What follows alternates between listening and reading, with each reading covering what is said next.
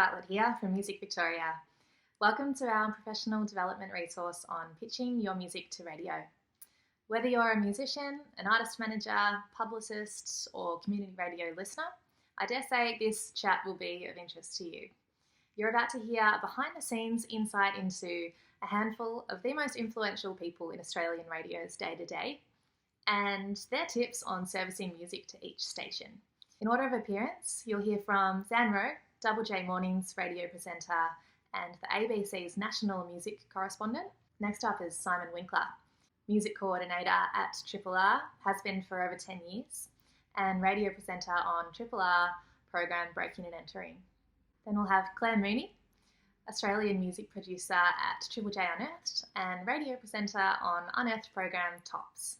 Next up, Firas Massouh, music and interviews coordinator at PBS FM.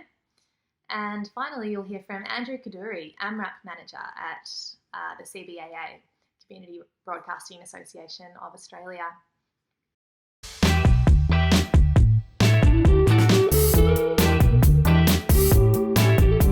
Hi Ash, great to be with you. Well, Zan, you have 2 monster decades of broadcasting experience in radio. Can you share some insight into how you got started and what stations you've dabbled in over your career? Yeah, sure. Well, for me, it all began in community radio, which is, I think, a very common story in music broadcasting.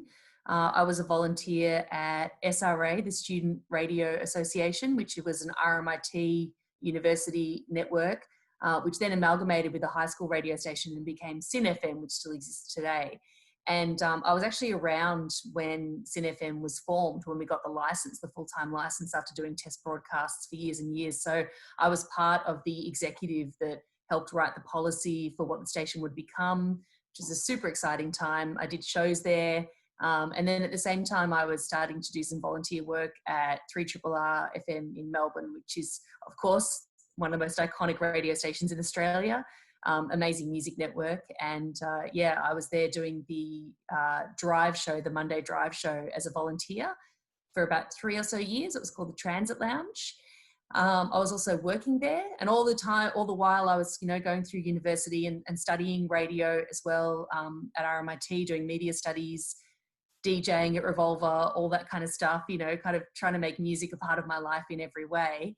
And then I was approached by Chris Scadden, who is now the head of music at the ABC, and at the time was the acting program director at Triple J. And he basically saw me at an event and said, "Hey, do you want to come and do some stuff with us at Triple J?" So I started doing overnight shifts, graveyard shifts, and summer fill-ins, and the rest is history. And so I started doing shows at Triple J, and then first as weekend lunch host. Then went into Triple J Mornings, which was pretty much my spot for, since 2006 till when I finished up at the end of 2017. So a really long run, wonderful show.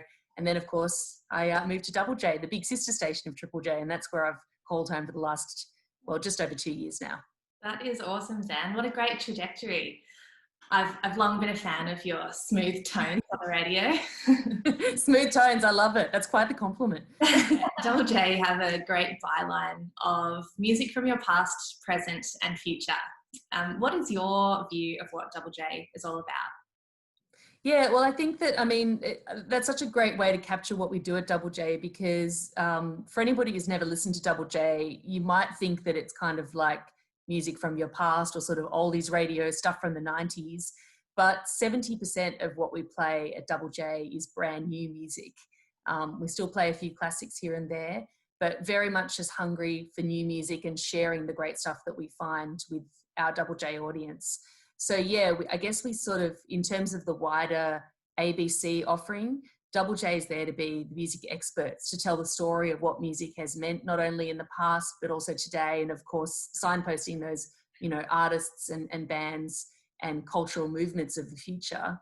Also just live in the present of what's been, I guess getting us jazzed right now. So I think that that's such a concise way to sort of tell the story of what Double J is. And yeah, that kind of 70-30 split of new and old really does make you realise just, how much we're just as hungry for new music as many of our listeners are, really keen to hear what's kicking around from their favourite artists and people that they may have never heard of before as well. That's unreal. And what does your current presenter role on Double J Mornings involve? It's a 3-hour-a-day show, so 9 a.m. till midday, which is kind of convenient because that was what I used to do at Triple J as well. So that morning slot is my sweet spot. But I guess the other things that I do at Double J, other than, lots of interviews every day, the Take 5 segment, which I brought with me from Triple J to Double J, that's a co-host segment that's been running since 2006 as well. But I also am the ABC's national music correspondent. So this was a role that I took up when I moved from Triple J as well. And I basically am working with ABC News and across the greater ABC to give analysis of what's going on in music, not just with different artists, but of course the music industry at large. Every Wednesday morning I'm on ABC News, wrapping the week in music news with News Breakfast at 7:45. And also just working on bigger stories here and there for, both digital and TV and radio, all of the different sort of ways that the ABC delivers news to its audiences. I'm there as the music correspondent. So it's kind of a role that I thought was necessary. There's obviously arts reporters and one main arts reporter at the ABC, Michaela Boland. But I thought that music, and particularly in Australia, where we've got such an incredible industry and there's so much to cover, that it deserved its own role. So the national music correspondent role was born in 2018. Double J is an awesome offering from the ABC to service those artists and listeners that might not fit in that youth category anymore that Triple J services so well. Where do you see Double J sitting in the ecosystem of Australian music? It's kind of that spot that for a long time there was a bit of a missing spot where, people listen to Triple J, which has a huge audience, around more than 2 million people listening on average every week, which is phenomenal. And then people would kind of, grow up and Triple J maybe wasn't so much for them because it is pitched to an 18 to 24-year-old market. But there was a bit of a no man's land in terms of where people went. And across the ABC, we were finding that we didn't have necessarily the offering that we should have in terms of addressing particularly that 30 to 50-year-old demographic, people who are still super keen to, find new music, to be culturally engaged, still interested in hearing the stories that musicians were telling, but maybe there wasn't enough of a space for that beyond, Radio National and news and other shows that were doing it in bits and pieces. So that's really why Double J was born. It was there to address that gap in audience and to step up and really, I guess, take the hand of people who had grown up and out of Triple J and say, hey, we're here and we've got all the things that you loved about Triple J when you were growing up, but maybe now you've got other things going on in your life, you've got kids, you're busy, but you're still keen on finding out about the music that's out and about now. And that's exactly where Double J fits in. I think I'm in that bracket now, safe to say. We all are. This is the thing. I think that I often have these conversations about, the old too old for Triple J thing. And to be honest, we all are. Like the Triple J demographic is so tight. It's 18 to 24. That's 6 short years. And coming from someone who's worked at Triple J, we're constantly thinking about ways that we can meet new audiences, grow new audiences, because the turnover is so short. So it's nothing against you. Like we all grow up. It's not growing old, it's just growing up. And I think that, that as long as if you're over 24, then you're too old for Triple J. You should feel free to listen, but it's Triple J is made for 18 to 24-year-olds. So that's where Double J steps in. And we're so excited to be able to offer that to everybody who wants to listen. Yeah, you're right. It's a big opportunity for artists that are ready for that. What is the process that music submissions go through once they've been submitted to Double J? We get submissions from all kinds of places. So there's the traditional record company pitches where, different label representatives come in each week and speak to the music directors at Double J and Triple J, share the songs from their artists that they want to pitch that week. And then we have obviously people emailing us. I probably get on average 150 to 200 emails a week of people emailing me about music saying, hey, I've got this song, can you take a listen? Or here's a link to my Unearthed profile, or here's a stream of my album. And then you have, the old idea of it takes a village. So every single week within Triple J and Double J, we have music meetings with each of the networks. I sit in a music meeting with broadcasters and music programmers from the 3 networks, Unearthed, Double J and Triple J. And we talk about what records and songs that we found too. So we kind of pitch to each other as well. So there's a number of different ways, but certainly that idea of having the radio plugger or the record label representative is not necessarily the way that music gets to us, because of the digitization of music. People can just email files or upload stuff to Unearthed or whatever they like, show us their Bandcamp, and we can find it. It's really the only thing that's holding you back from pitching music is I guess that understanding that on the other end, as I said, people like me are getting hundreds of emails a week. So sometimes it takes me a little while to get to all of the songs, because I do try to listen to everything that I'm sent.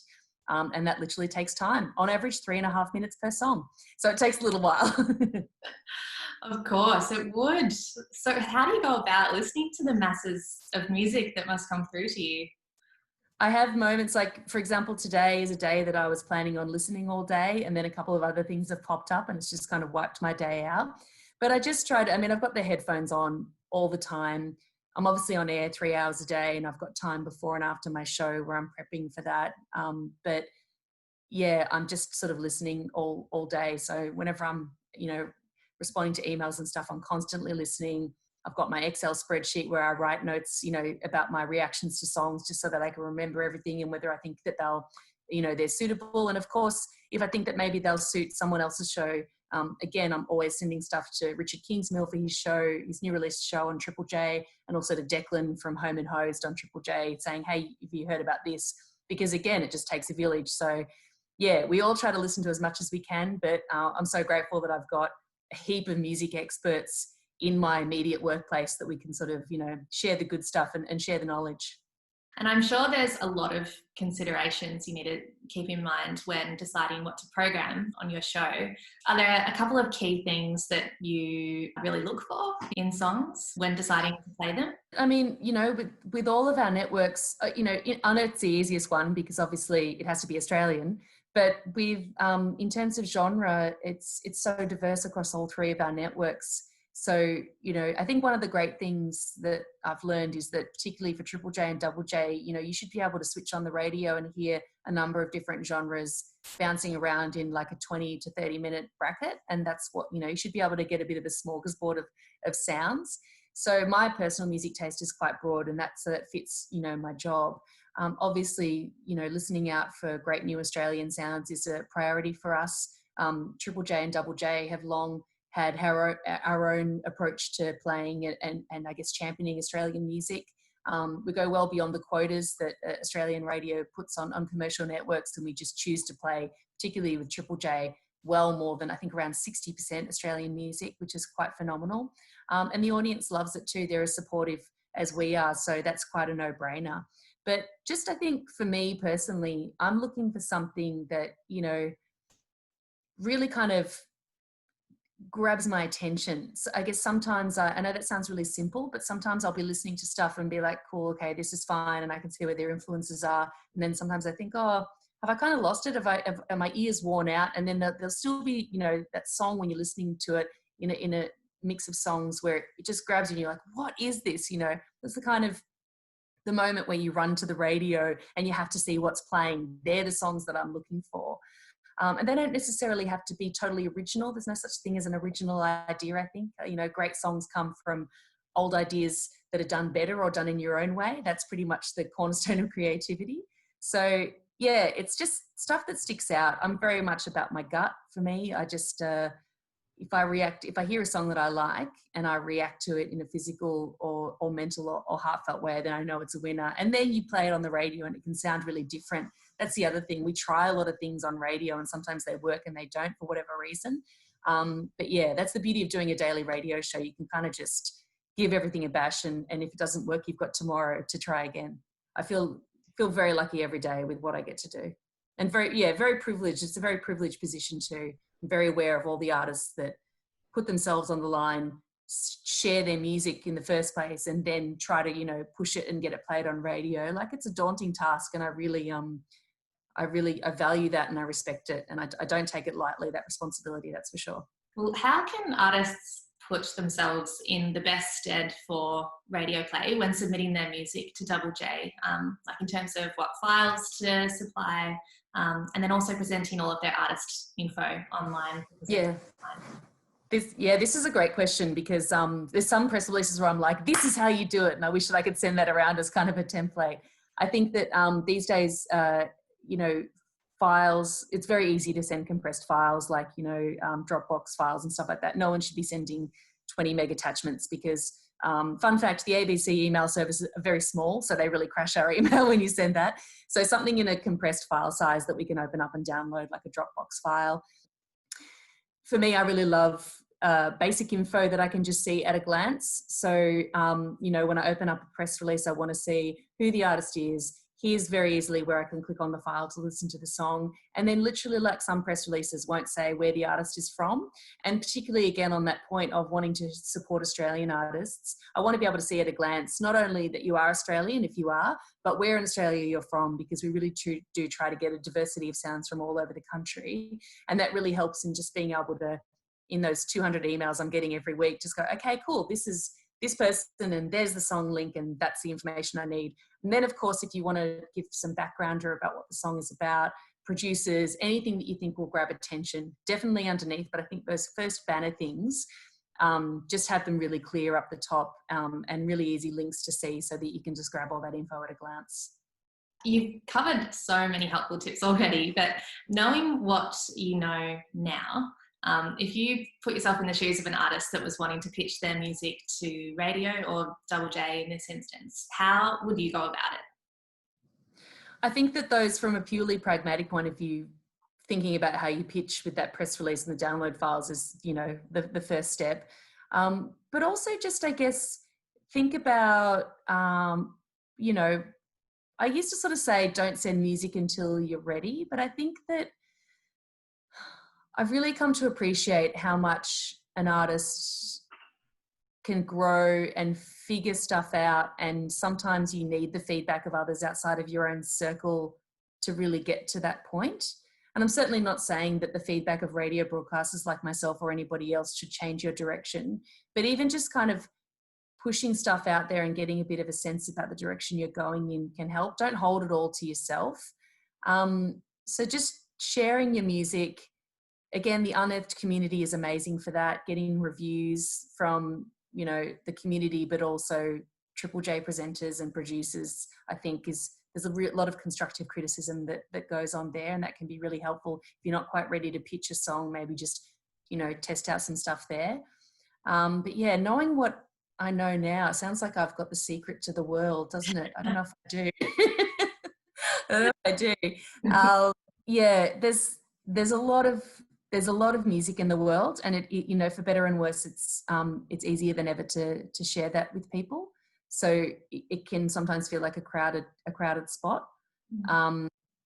Think about the way that you can get attention for your song, and I think that sometimes simplicity is the key. Not in the way that it sounds, but in the way that you pitch it, and just kind of going, here's the basic info of why this is special, and take a listen to it. Because it doesn't matter how long the press release is. If the song sounds good or doesn't sound good, that's what's going to decide it for me, So simplicity is key. And finally, just in the light of where we're currently at with COVID-19 and how it's taken over the music industry, with live shows on hold indefinitely, and that was a big part of how lots of people in Melbourne and Australia connected with music. What gaps do you feel like Australian radio can fill for artists and listeners during this time? I think that being able to support Australian musicians as much as we can is the role of the ABC, and something that we are doing. We're doing it through, there's a handful of grants that are actually going to be going out through Unearthed to a bunch of music makers to give them a leg up. And we're also going to be doing various campaigns through the rest of the year where we can really get behind Australian musicians. We had Ours Music T-shirt Day, a special one back in April, to kind of raise money as we could for Support Act and get people buying new T-shirts to get merch money directly to bands.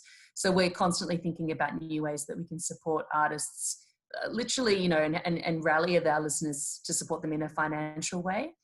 I think that both for musicians and for our audiences, it's really clear that we're turning to art more than ever before in this time of lockdown, which makes these gaps where people are falling through the cracks in terms of support and government support really tough to deal with, because we're looking to artists as a salve, and yet the artists are suffering, one of the worst suffering industries under the COVID-19 crisis. So we're trying to find ways that we can support those artists, check in, promote their music, obviously. A lot of these artists have been working on music for 6 months, a year, 2 years, and are now needing to release their albums. They can't go on tour to support those records. So we're trying to find ways that we can help them launch those albums, whether it's by radio play or other ways, across our music networks. So yeah, just I guess doing what we do every other day of the year, which is really support Australian music, but with some turbocharged ideas that are going to run through the rest of 2020 and possibly beyond, in a way to support that even more. So yeah, watch this space, I guess.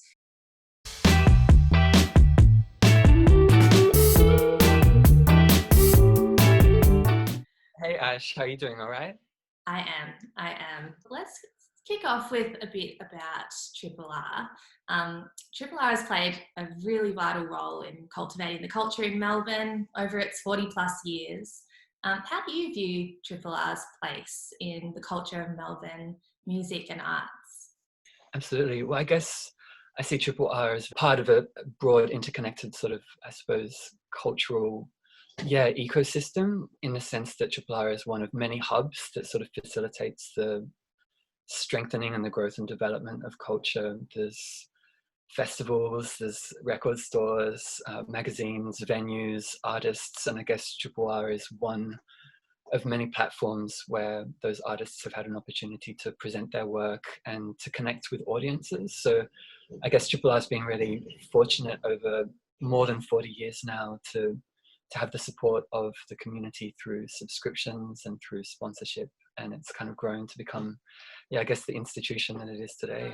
In response to the current COVID-19 restrictions, Triple R have been demonstrating how presenters have adapted to the new working arrangements with your station in isolation. Can you tell us what that campaign and insight into all the presenters is about? I guess on the one hand, your station in isolation sort of underlines one of the core philosophies of the station to be that companion for the listener, and to be a source of information, inspiration, and hopefully support as well. So your station in isolation, I guess, is very specifically about the current circumstances whereby Melbourne, along with the rest of the world, is very much in a state of lockdown. And so because people aren't able to connect with each other in the same way, radio has become perhaps even more of an important source of connection, and we're sort of really dedicated to remaining that companion.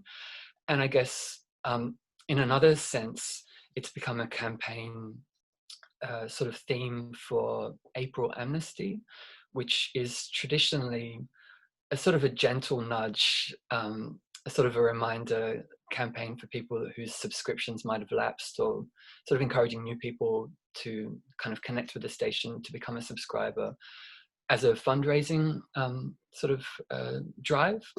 Because of what's been happening with COVID-19, so many of sort of partnered organizations, venues, museums, galleries, sort of spaces for music and arts have had to shut down. And as a result of these really challenging circumstances, Triple R has also lost a significant portion of its revenue. And so it's a way of kind of, hopefully encouraging people to subscribe if they haven't, or if they're in a position to sort of donate to help keep us afloat during this crisis period.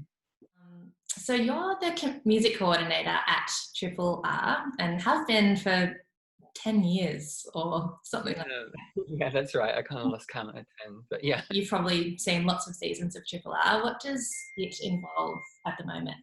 Yeah, so at the moment, I guess the role of music coordinator really, in its general sense, is overseeing the station's music resources and content. So specifically receiving, cataloguing, and providing access to all the music that arrives at the station, either digital or physical. So every day, myself, Sam Cummins, who's the music interviews coordinator and training coordinator at the station, we work very closely together.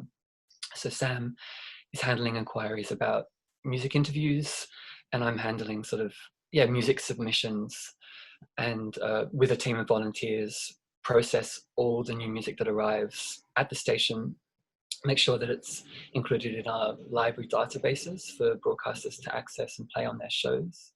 A really important thing to consider with Triple R and a lot of community radio stations is that it's unplaylisted. And so my job, different from some music directors, is not to tell anybody what to play or to direct the music, so much as it's providing access to new music, to the information about the new music, and basically supporting them, supporting broadcasters in their role of finding new music too. Another part, sort of a main part of the job each week, is to nominate an album of the week. We have one record each week which we spotlight, and we also have a list of 9 other EPs or albums, and together those 10 releases form our soundscape, which is, I guess, the closest equivalent that we have to a chart or a top 10. And the role of the soundscape is to reflect as broadly as possible just the range of new music that's arriving at the station, that's making an impression. It can be a really good way to check out what's sort of been receiving a lot of airplay, or what's getting broadcasters excited at Triple R. And week to week with the album of the week, the aim is to make sure that it represents as much of the diversity of the music programming at the station as possible. So if one week it was like a heavy rock record, the weeks ahead you might be looking at something which is kind of more of a soulful or a sort of funk driven or a beats based or a country, or I suppose that's a big part of the decision making process behind the album of the week, and it's a big part of the role as well. How do you go about listening to the masses of music that must come through the station? Yeah, it's definitely a lot of fun, and as someone who's like completely obsessed with music, I guess it's a form of legitimizing that obsession. Like, so every day, a lot of the time that I have at the office or at home at the moment is spent listening to new music in various forms. A lot of the time it might be through the radio, the other programs that are playing music. Also, of course, through emails. We receive new music submissions, day and night from both local and international sources. And so a big part of discovering new music to share with broadcasters comes through that process of emails. But beyond that, it's also about trying to cast the net as wide as possible. So you've got social media platforms, internet forums, new music spreadsheets from record labels.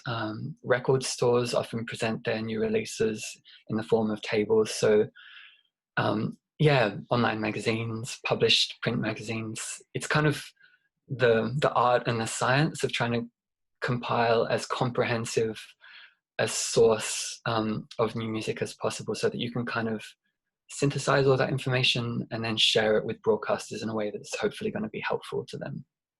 So it sounds like there's a bit of an A&R aspect to programming music, as well as responding to everything that comes through to the station. Yeah, that's exactly right.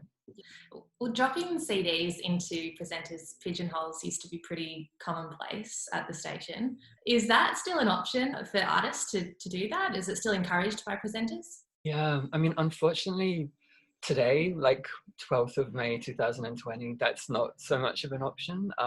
The station is, I guess, really closed. One thing that I meant to mention before but forgot to is that part of the station in isolation means that as few people, I guess, as possible are going into the station at the moment, just in accordance with sort of government regulations and guidelines. So a lot of presenters are doing their shows from home, and there's been whole massive efforts being made from various staff members and volunteers to facilitate that transition. So a lot of broadcasters are actually doing their show from home. So at the moment, we're not unfortunately able to receive physical submissions from people just coming into the station and dropping off CDs, but certainly hopefully at some point in the near future that can resume, because a big part of what Triple R is all about is, of course, it's a broadcaster, it's a radio station, but it's a physical space for people to kind of meet and exchange ideas and get together, and very much we have an open door policy under normal circumstances whereby people can come in, drop off music, make a time to meet and sort of, catch up. And if there are any questions, a big part of my job is to be there to sort of support artists with any of their inquiries. And I guess this interview and this chat with you, Ash, is, I guess, sort of the kind of conversations that sometimes we would be having in person in the station as well. So would you encourage artists to submit or approach presenters directly for various programs, or just submit their music directly to the music department? It's a really good question. I tend to say, I definitely recommend both. And I think that if, as an artist or as a manager or sort of representative, you're familiar with the Triple R program grid, or you know or feel that your music would be suited to a certain program, then definitely recommend directly servicing your music and your biography with individual presenters. I think a really key, critical part about the whole process of getting your music played is really sort of forming and developing relationships with broadcasters, and they really, really appreciate sort of being kept up to date about what you're doing, whether it's music releases, other projects, fundraising activities, gigs, all kinds of things. So that's a big part of it. So yes, 100% recommend that, but also definitely understand that there's so many radio stations, even within Melbourne, let alone within Victoria and around Australia. So you don't always have an opportunity to make direct contact. So my role and Sam's role as a music interviews and training coordinator is very much to be a point of contact and to receive the music, to discuss the music, to sort of determine which programs it would be well suited to, and then encourage those sort of follow-up specific conversations. But as a base sort of general rule, all music, I would highly recommend you get in touch with me, send it directly to me, and I'll make sure to get it out to everyone. One maybe shift that's happened in the time that I've been at the station, when I first arrived, sort of over 10 years ago, digital music formed a smaller percentage of new music coming to the station, so it was still a lot of CDs. And of course, as physical products, one CD can only go to one broadcaster, or it could go to the library. And so there'd be sometimes a limit to the number of broadcasters that you'd reach with a submission of music. But with digital music submissions, every week I compile with volunteers a digital new releases database, which is basically a Google spreadsheet, which with a script we convert into a table, and that table of new releases gets emailed to all broadcasters and all graveyarders. So pretty much everything that arrives is immediately accessible to all the presenters who are broadcasting at the station. And so even if you've just sent me a link, a download and a stream, that might be one email, but it's getting out to everybody. So that's a useful way of reaching a lot of people with a single communication, I guess. And how can artists put themselves in the best stead for radio play when submitting their music and then presenting all of their artist info online? At Triple R, that new releases database that we were just talking about has a set number of columns, and so the information that we require would be sometimes just as simple as the artist, the title, a little bit of biographical information can be really helpful. It's certainly great to know if you're from Victoria or from Melbourne or from Australia, so that information can be included if people are looking for new local music to discover and to share. Streaming links are super helpful. I've gotten a lot of feedback from broadcasters who really enjoy the chance to listen to something first before they necessarily are downloading files. But as you mentioned, the quality is really important. So if it's an MP3, which we're very happy to accept, we'd really prefer something of like a 320 kilobits per second or higher. So a WAV is great as well. And if it is a WAV file or an MP3, making sure that it's just you know, labeled or named correctly. Occasionally you get sort of files which aren't tagged or labeled, and I guess if you're downloading a lot of music, that could sort of get lost in someone's hard drive or folder, and so I guess you're trying to make it as easy as possible for whoever's receiving the music to sort of be able to manage that file and to include it in their playlists or to kind of refer to it really quickly. And as far as other things to help sort of get the music forward, occasionally I recommend having multiple forms of your bio. So something which is quite short, which can be used by a broadcaster if they're quickly referring to it to back announce or to forward announce a song. I know as a broadcaster, you really love having information at hand that can sort of make you sound like you know what you're talking about. And so having like a short bio which has some key facts or some interesting sort of information can be really helpful. And then in addition to that, having a little bit of a longer biography to give a bit more background context can be super helpful as well. So I know some people call it the elevator pitch, the smaller one, and then the bio, which is I guess an opportunity to tell more of your story. But there's no rules, which I think is a good thing to bear in mind. Like, we don't prefer one way of servicing over another. And the basics of just having all of that information in a clearly presented, nicely formatted way is great. And some of the common streaming platforms that we tend to receive, which might be worth noting, are, say, SoundCloud, Dropbox, Google Drive, Bandcamp. Disco is a really great file sharing service that I know a lot of labels and music supervision companies use. So there's so many opportunities that community radio supplies artists with and listeners with all year round, but during this time of COVID-19 and with live shows on hold indefinitely, what gaps do you feel like community radio can fill for artists and listeners during this time on top of what it already does? It's just profoundly devastating when you think about all of the opportunities that are lost during this time for musicians and audiences to connect, and the suffering of artists and venues and sort of other agents within the industry is so profoundly upsetting. And so I guess community radio during this time is, I suppose, a source of that connection in the absence of opportunities to physically gather. And so artists who are able to kind of play sets remotely that can then be transmitted through the radio station, or sort of having interview opportunities, having those conversations can be more important than ever as a way of sharing the music that's being made during this time, processing everything that's happening during this time, and sort of being able to kind of maintain the dynamism of what happens in Melbourne in the absence of having sort of physical gatherings, where that music would otherwise be performed. So I guess, essentially the role that Triple R has always played as a champion of music and as a place of supporting culture, but perhaps even magnified in the sort of the absence of sort of physical social gatherings and get-togethers. And I guess as a really important way for the new music that is being made at the moment that can't be performed live to be shared through the airwaves. Thanks so much, Simon. Nice to see you.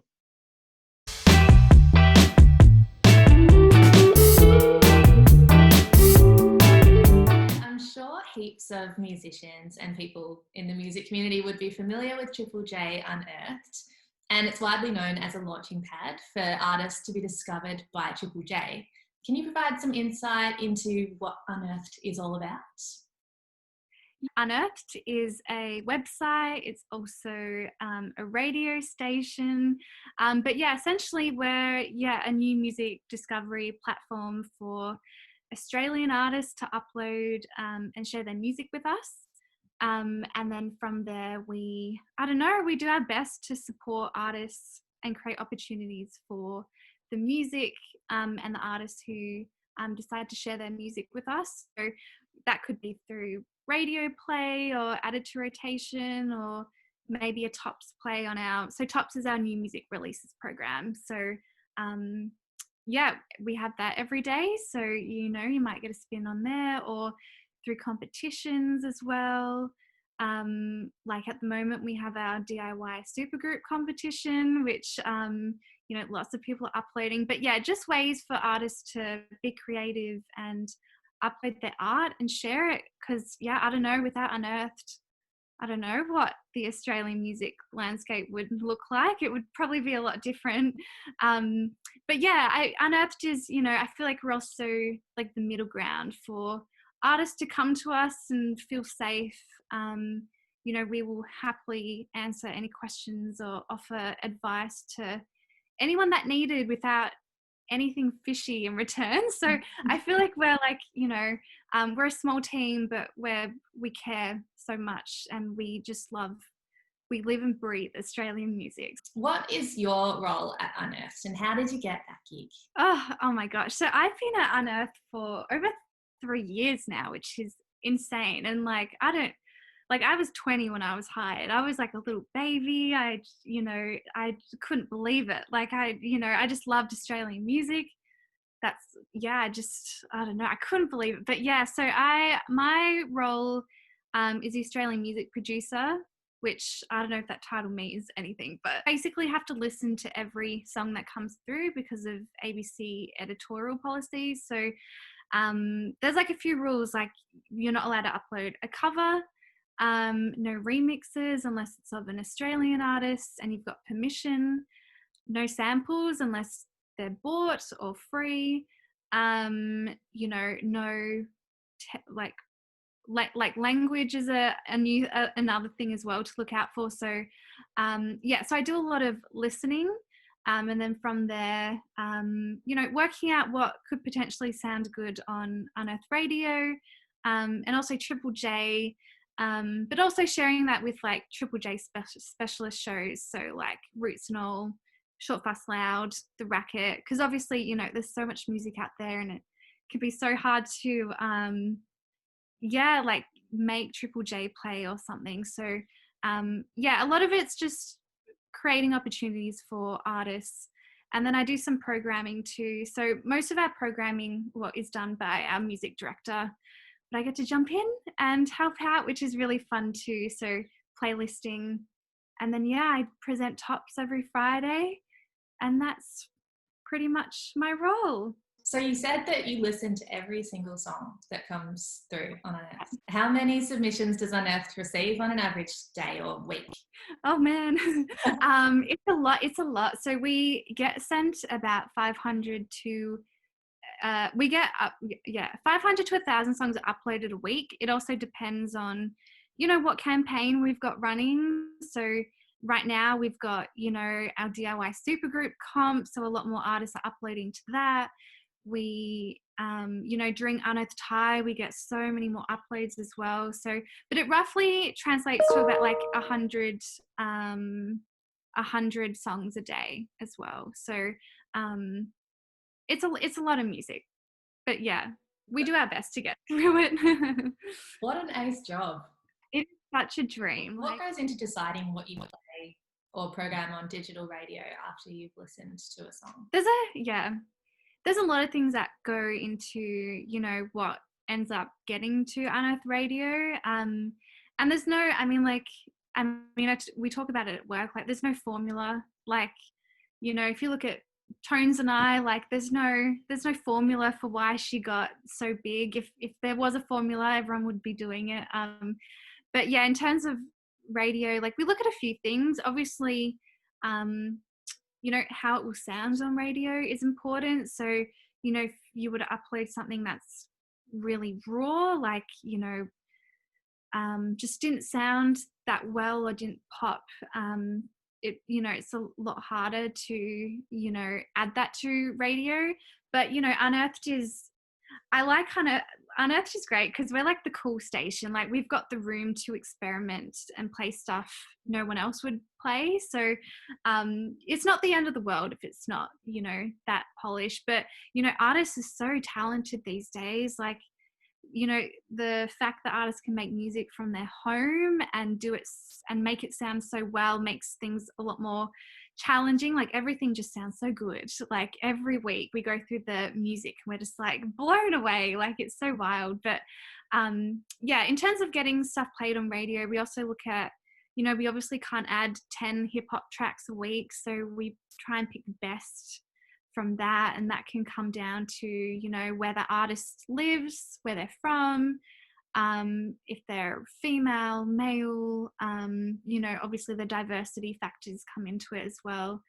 But yeah, I think a lot of it comes down to like intuition as well, and how that song, you know, connects as well. So, and yeah, and, you know, we look at, you know, reviews and what is happening outside of, you know, Unearthed World for the artist. Maybe they're doing live shows, or you know, I remember like Fergus James, he was touring with Ed Sheeran. We were like, what the hell? Like, that's massive, and that's so crazy and wonderful. So it was, there's a lot of factors that go into it. And obviously backstory and trends, and I don't know, it's, yeah, a lot. We make it work as we can. But we're adding a lot more music to rotation than ever before. Like our as list used to be like, I can't remember what they used to be, like 15 songs. Now we add like 16 songs a week. So, and yeah, it's crazy. Is there any particular content or info that you look for on an artist's Unearthed profile that's essential for them getting airplay? I mean, it's not I mean, it only comes down to the song, really. But having, I don't know, you know, having a profile that's full of character, you know, can, if you're a new, you know, artist uploading, it can, you know, just like form a little bit of interest if you've written something interesting in your bio or in the description. I always suggest making that as full as you can, especially like if it gets a tops play, you know, when we're, you know, giving the presenter some like notes about the artist, we want to be able to give them something to talk about. So, you know, whether that's from where they live or what influences them, or yeah, all that sort of stuff. It's just handy to have for us.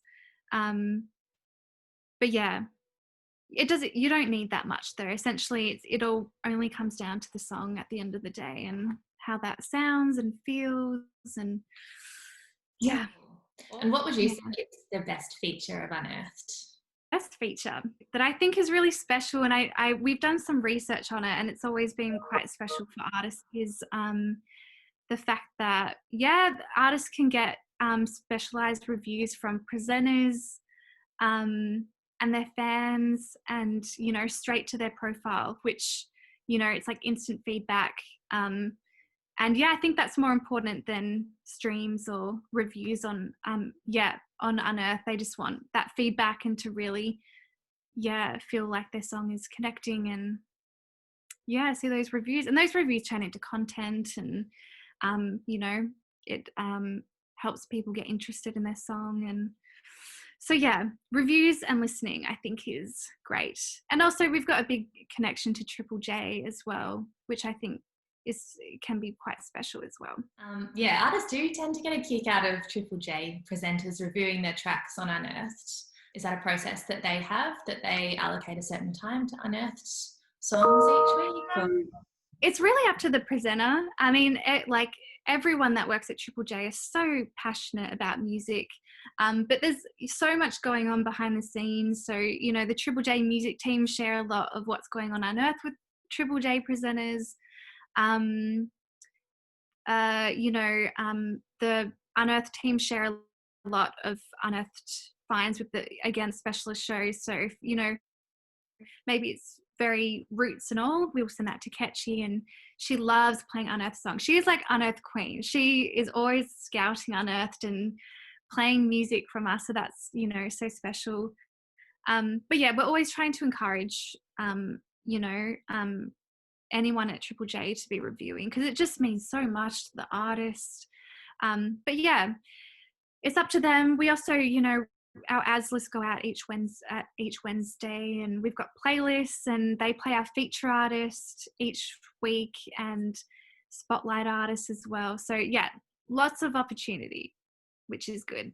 Triple J Unearthed have launched their Level Up grants to support emerging artists. Tell us about that. So last week we announced our brand new initiative called Level Up Grants as part of the ABC's wider Fresh Start Fund, basically. So it's the first time we've ever actually done this. I mean, we never get the opportunity to give money or to, support artists with money. So it's honestly so exciting. But yeah, we're hoping that, through this grant process, it'll help artists to, develop their career, but also continue making music in such a tough time because, they're not making music from live shows and stuff like that. But yeah, so basically 15 grants in total, up to $7,000 per grant. So basically you just fill out an application, which you can get through our website. I would recommend just reading the terms and conditions. You just fill out the application. I think it's important to not rush it, but to, take your time with it and also really in detail tell us why you need that money, where that money is going to go, because you'll have to report it all back and really outline how that's going to help you and blah blah blah blah blah. But there's 5 grants for 5 genres, so like a band, a solo artist, a hip-hop artist, a heavy band, and then just an electronic producer or something like that. And then we've got 2 grants up for offer for 2 Indigenous artists, and then 8 grants for regional areas as well. So it's huge. It's crazy and so exciting, and I can't believe we're doing it. But it's been so rewarding. And but Celine is working, who works in the Unearthed team, she's working on a little package for how to make the best grant application as well. So that'll be dropping on Wednesday as well. How good. No, happy to answer any questions anytime from anyone. So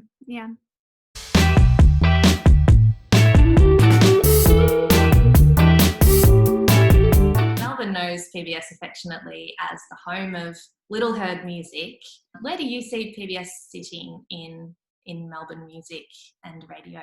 PBS has been around for 40 years. We're celebrating our 40th, obviously, in the midst of all this kind of global crisis. But there's still kind of room for celebration, which is quite nice. And actually, those two things are not unrelated. The fact that PBS has had a very special place in the hearts of Victorians, the Melbourne music scene, people who listen currently online as well, even if they're not in the city, means that this is an institution that's played a significant cultural role in the fabric of the music community, in Melbourne cultural identity as well. It is the home of little heard music, but it's also much more than that. It's beyond that. It focuses on local music, on underground scenes, and also taps into so many various scenes from around the world, and taps into major musical traditions as well. So it's not just about kind of little heard music.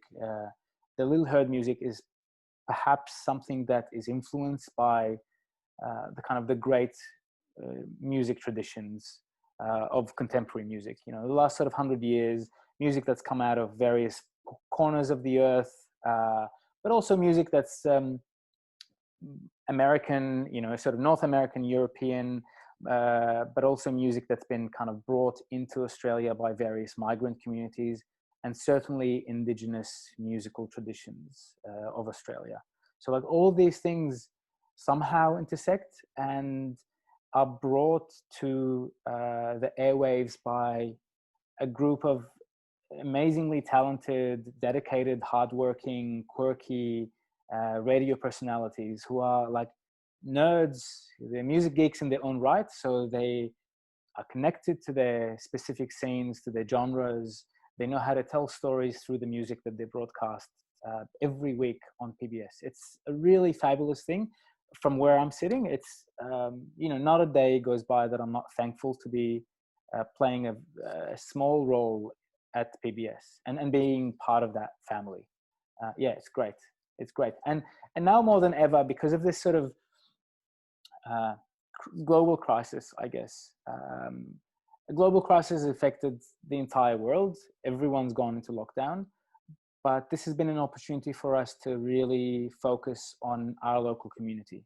So as you know, and you know, certainly Music Victoria has been an amazing body of, again, dedicated people who advocate for the well-being and for the welfare of musicians. And I think PBS does something very similar when something like this happens on a global scale, and then we find that artists are losing work and losing a bit of a sense of their purpose, I suppose. Hopefully we've been actively trying to remind them how important they are, how beloved they are, and the focus is kind of back on them. So, you know, over the last couple of months, we've been running exclusively local features. So when it comes to sort of choosing feature albums as well as feature tracks that we sort of present on a weekly basis, that focus has been local for us. So I think that's kind of an example of what PBS does for the community. It really fosters that underground, but also community and subculture essence. And the PBS Radio Festival is coming up. What does this year's campaign involve, and what's the PBS team getting up to for it? Can't Stop the Music is inspired by this, you know, it's kind of a global catastrophe that's basically forced everyone to take a step back. And sort of rightfully so. It's good to sort of, you know, the kind of messages around COVID have been about staying home, about minimizing contact with others, is about minimizing the acceleration of infection and contagion and so on. And I think members of our community have certainly been very vigilant and observant of these measures. And everyone's kind of been working very cooperatively with government decision-making about this sort of stuff. And that's obviously affected cultural activity in our city. And Melbourne is a great cultural capital. And when something like this happens, it's obviously quite shocking, and it sort of throws our rhythm in a big way. But that can't be something that stands in the way of music. You know, our musicians have still been very active. People have been producing music from their home studios, from their bedrooms. They've been doing things online in very creative ways. They've been doing live streams. As far as our work is concerned, our musicians from Melbourne have been sending our announcers mixes or sort of testimonials sometimes, a lot of kind of exclusive content for PBS. And that's you're going to see a lot of that in the coming sort of weeks and months. And so the theme of Radio Festival very much encapsulates that spirit. So you can't stop the music because A, we need the music. We need it for respite. We need it spiritually. And there's no desire to stop the music. Like it's, you know, against all odds, we will continue to make music as a community. And that's really wonderful.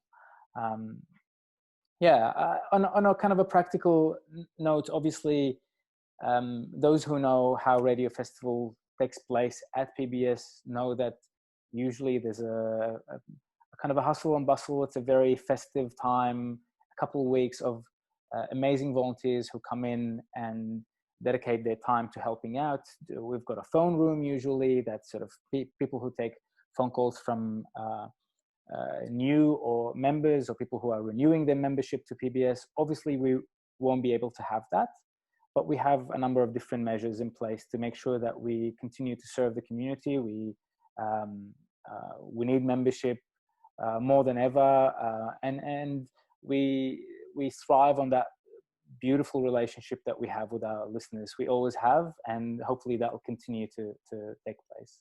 What does your role of music and interviews coordinator at PBS involve? But part of it is a glamorous and a pretty kind of cool job of, you know, people ask me what I do, and the sort of the fun answer is I listen to a lot of music, and And so beyond that, there's a fair bit of work involved, working with volunteers in kind of non-COVID times. PBS is a volunteer-run organization, so we have volunteers who help out in various ways.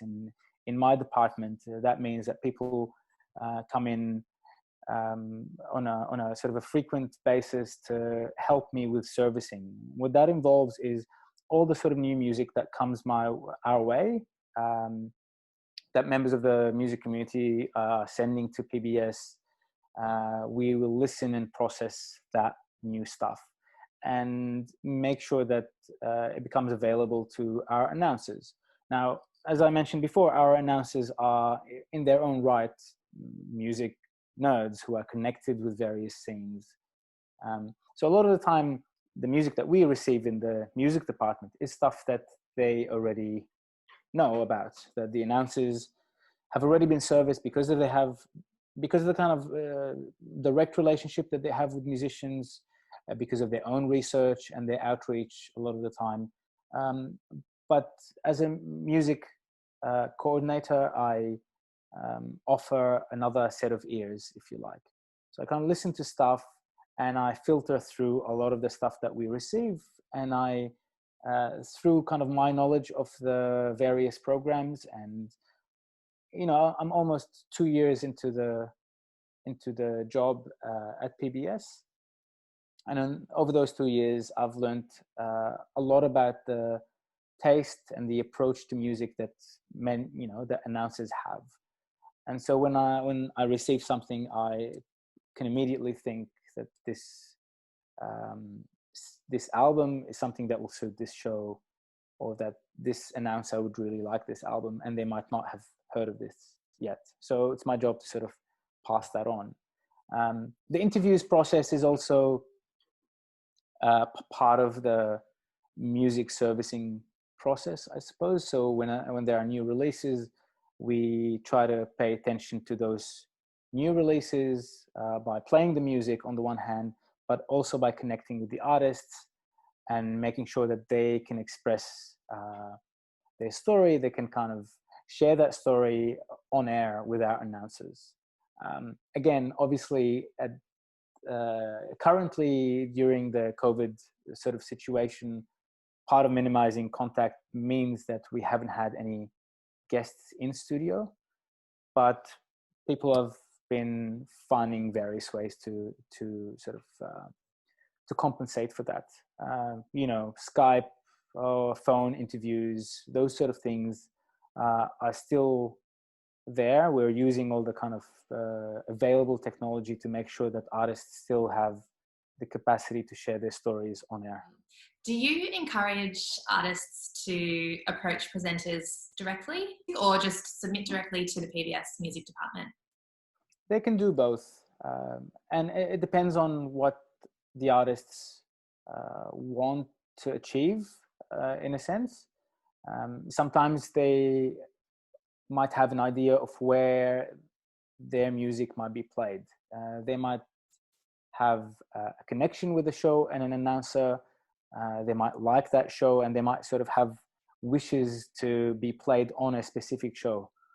So by all means, when artists approach me and they send me their music, they often say that, and it's a great. I think that's kind of a mark of confidence a lot of the time when artists say, "Cool, I've made this album, and I love David Hurd and Acid Country, and I would love for this music to be played on that show." So sometimes it's as simple as that. And if they send me a number of copies, although more recently we've been receiving less and less CDs, and I'll kind of cover that point in a bit. But when there are various copies that we receive, I can, of course, make sure that David Hurd gets a copy of that. But there might be other shows that might play that kind of music, so I'll make sure that you spread the love that way. Some musicians and some promoters and publicists, label managers, make the effort to come in physically to PBS and put copies of CDs in the mailboxes of the different announcers. I think that's a really nice thing, because that kind of connects members of the community with PBS, which is a community organization. So it's open to the public. It's open to members of our community. And this is a really nice thing when you have people coming in and dropping CDs in person. It's actually quite lovely. And often when that happens, they might pop their head into the music library where I work and say hello, and I get to meet them. And that kind of face-to-face personal interaction goes a long way. It just means that this artist is now on my radar. Their music is more kind of noticeable as far as the department is concerned, and that's very helpful. It's just this beautiful community-oriented kind of relationship. And probably something that's really special and unique to PBS. It's one of the things that I've been missing on a personal level over the last couple of months. I love going to work for precisely that reason. I love being physically there in the music library. It's, anyone who's been to the music library at PBS knows how beautiful that room is. You're surrounded by music and volunteers who are talking about music, and then you have artists and publicists coming in, and it's just this beautiful hustle and bustle, this conversation about music that never seems to end. It's gorgeous. It's a really beautiful thing, and I really hope that we get back to some kind of a semblance of that again, hopefully soon. So how would you suggest that artists could put themselves in the best stead for getting radio play on PBS when submitting their music and presenting their artist information online for presenters to go and find? I think patience is key in when it comes to servicing your music. It really depends on, a lot of the time it depends on what level you're at, that's applicable to any industry, to any sector in the workforce. When you're starting out, you might need to be a bit more patient. So and there are certain steps, certainly you have to take some steps to get to where you want to be. That might mean that listening more to the different shows that PBS has on the grid is a great step. Actually having familiarity with the announcers and their taste is a great step. And this is why, going back to my previous point, the kind of connection that artists might build with announcers is a very important one. So on the one hand, they can send me a lot of their stuff, but the more that they connect with the shows that they'd like their music to be played on, the better their chances are, obviously. And you can do that in a number of ways. If you're a performer, for example, and many artists know the way that our performer drive runs. Also, Radio Festival is another great opportunity for people to sign up as members, and for performers specifically, that opens up a range of benefits. One of which is, now you're on the radar of a show and an announcer. You might sign up as a performer member and therefore get mentioned on a weekly basis. That helps with other people, with listeners knowing about you and your music, and that sort of locks you into the sort of imagination and the thinking of the announcer themselves, obviously. So they'll keep an eye on you. You'll connect with them. They'll sort of observe and follow your progress. And if you maintain that relationship, then you make sure that you send them updates about where you are and kind of various gigs that you might have, whatever releases you are putting out. All of that stuff builds a performer's profile and makes that kind of process a bit smoother. It makes announcers more ready, I guess, to play a lot of the music that you're sending their way. So I think that's part of it. And then, heaps of artists, as you know, in our community, like to fly a bit under the radar, right? It's kind of part of the charisma, and it's part of the mystique, and that's quite exciting for me when a lot of the time I don't get serviced music by these artists, and I have to kind of, through my own digging, find it for myself. And it's really quite exciting. Like, I feel like that sort of adolescent boy that I was, 20 years ago, just looking for music that I at the time thought that no one had heard of. So that's a really kind of fun thing for me to do. Yeah, that means that I connect with this artist, for example. I might drop them a line. I really like your music. I think your music could be played on this show or that show. And then I can talk to announcers as well and say, I've just discovered this artist. Have you heard about them? And, new connections are made that way. I think if you ask any Melburnian that is a fan of music, they would believe community radio, especially in this state, is the real cornerstone of the music ecosystem. How do you see the opportunities for community radio leveling up during this time when live shows aren't available? Well, that's a great point. I think, as we spoke earlier, musicians have been finding new creative ways to present themselves. Obviously, the internet plays a major role in this. Live streams from people's bedrooms and home studios, DJ sets right, left and center, different creative ways, people making video, music videos through Skype interviews. That's a really cool thing. There's a lot of that kind of stuff happening. And just like Spotify, SoundCloud, Apple Music, all of these sort of streaming services over the last sort of 10 years, all of these things have existed, and now we have new things that are existing, and none of this has taken away from the value that radio has always had.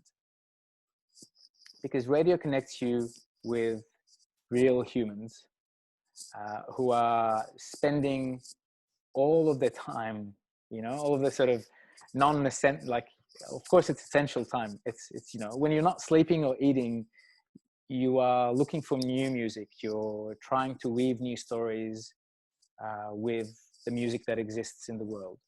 So those humans dedicate a lot of their time to give you those stories. I think, no amount of SoundCloud mixes or Spotify playlists will ever take away from the value of that.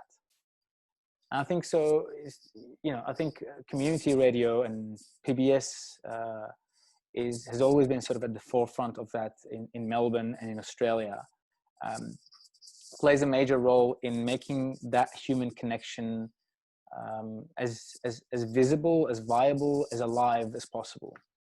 So I don't think that's going away. And I think it's been, the proof is in the pudding. Recently, the kind of messaging that we've been receiving, the text messages that our announcers receive every day, the sort of rise in membership a lot of the time, when we see kind of peaks in the ways that our community are responding to what we do, is a testament to that, to what I've described just before.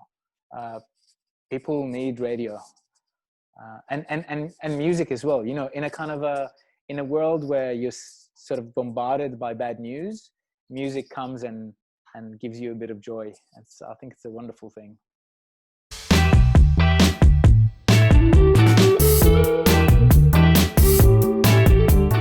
So AMRAP, the Australian Music Radio Airplay project, that's just had an overhaul, hasn't it? Can you tell us a bit about what's going on? Well, it's the latest incarnation in a project that's been running, sending CDs out 20 years ago. Well, it wasn't me personally, but people were sending out CDs 20 years ago to stations, which we actually can still do. But then we moved on to a website which was known as Unearthed, where broadcasters could download tracks that artists submitted.